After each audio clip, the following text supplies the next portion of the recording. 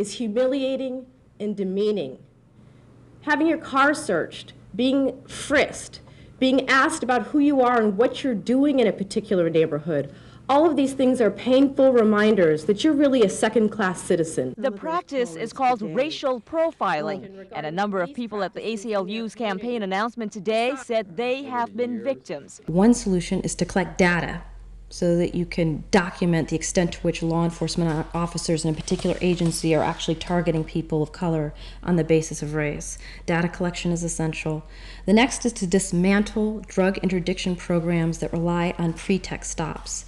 And by pretext stops, I mean those stops that are made as a matter of policy, where people are targeted for routine, very minor traffic violations, when the real motivation of the officer is to question that person and attempt to search their car for drugs. This program of theirs called Pipeline was a training program only. And it was to train officers on how to be more aware for officer safety reasons of possible indicators of drug trafficking, so that if they pulled over some guy for speeding, they would get a clue that he might be a drug trafficker, might be armed, and therefore they would be on guard. And that was the official reason that was given to me first. And I said, well, if this is a training program, I'd like to see the training that's going on. And the Highway Patrol sort of said, yeah, sure, okay. And they taught us how to spot drug traffickers driving by, how to interrogate people, how to do searches, what makes a search legal, what makes a search illegal, how to sort of, keep it right on the line.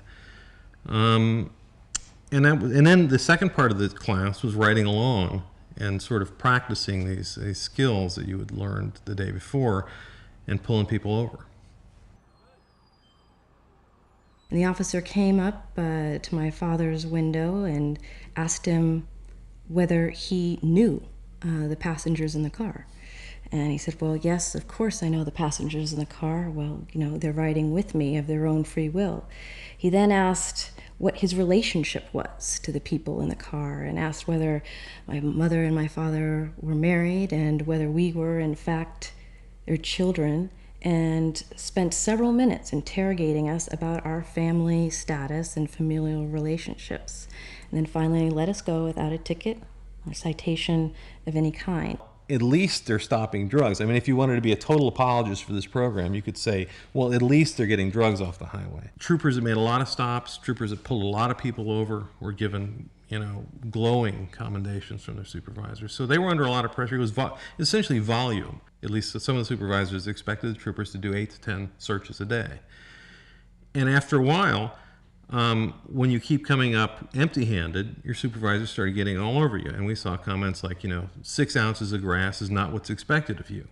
You're supposed to be out there finding drugs and large quantities of money and guns, and you're not finding anything, so work on your techniques. I think we have finally moved beyond the stage of denial that a problem exists. And so hopefully in the next 2 years will be characterized by a search for solutions.